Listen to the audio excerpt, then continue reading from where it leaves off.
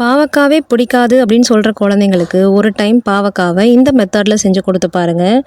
பாவக்காவோட கசப்பு இந்த மெத்தடில் சுத்தமாகவே இருக்காது. அதை விட கொஞ்சம் ஸ்வீட்டாக இருக்கும். ஸோ பாவக்காய் விரும்பி சாப்பிடுவாங்க. இது செய்கிறதுக்கு கடாய் வச்சுக்கோங்க. கடாயில் கொஞ்சம் தாராளமாக எண்ணெய் விட்டுக்கோங்க. நம்ம கொஞ்சம் முறுமுறுன்னு வறுக்க போகிறோம் இல்லையா, அதனால் கொஞ்சம் தாராளமாக எண்ணெய் விட்டுக்கோங்க.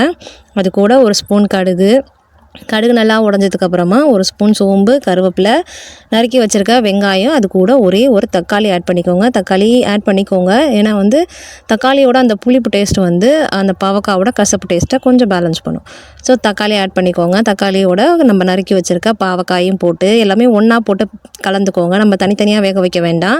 இது கூட ஒரு ஸ்பூன் மஞ்சள்தூள், ஒரு ஸ்பூன் வீட்டில் அரைச்ச குழம்பு மிளகாய் தூள், அது கூட தேவையான அளவு உப்பு போட்டு நல்லா கலந்து விட்டுக்கோங்க. மசாலா எல்லாமே பாவக்காவோட கோட்டாகிற அளவுக்கு நல்லா கலந்துட்டு கொஞ்சமாக தண்ணி தெளித்து விடுங்க.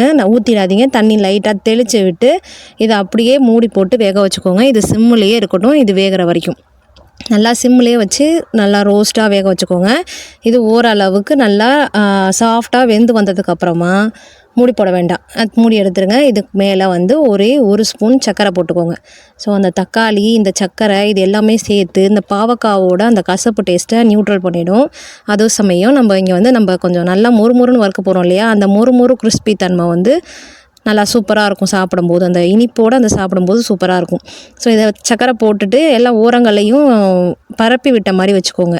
ஏன்னா கொஞ்சம் சட்டியில் எல்லா பக்கமும் பட்டுச்சுன்னா நல்லா டீப்பாக ஃப்ரை ஆகும். ஸோ இப்போ பாருங்கள், பாவக்காய் நல்லா சூப்பராக ரெடி ஆகிடுச்சு. இதே மாதிரி ட்ரை பண்ணி பாருங்கள்.